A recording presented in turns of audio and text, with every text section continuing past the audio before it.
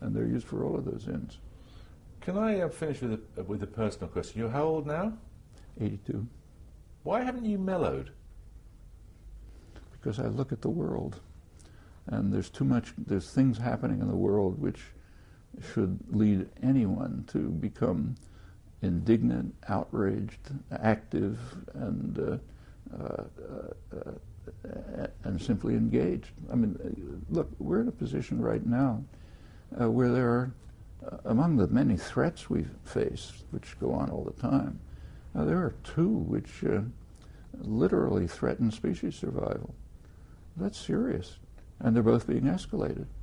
One is the threat of nuclear war, which is quite serious and escalating, and the second is the threat of environmental disaster, which is moving in extremely ominous directions.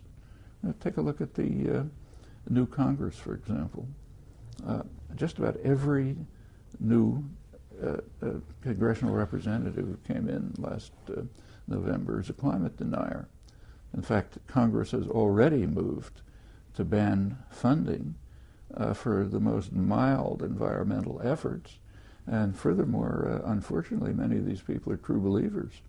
So the head of one of the congressional subcommittees, new Republican, explained that global warming can't be a problem because God promised Noah that there wouldn't be another flood.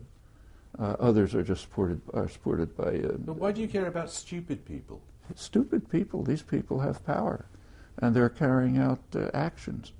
They are carrying out the actions which are defunding possible efforts to do something about these crimes. Furthermore, they're backed by major concentrations of power.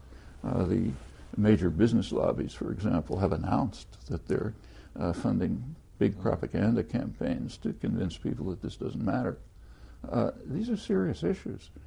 Incidentally, if we want to look at stupid people, we find them all over the place. For example, we happen to be right in the middle of a huge financial crisis. People have noticed.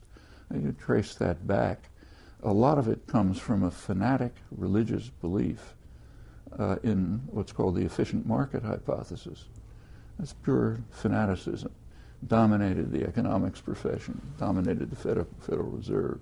One consequence was that when an $8 trillion housing bubble developed, totally unrelated to any fundamentals, completely off the 100-year history of housing prices, the profession and the Fed, the central bank, said it's not necessary to pay attention because of efficient markets.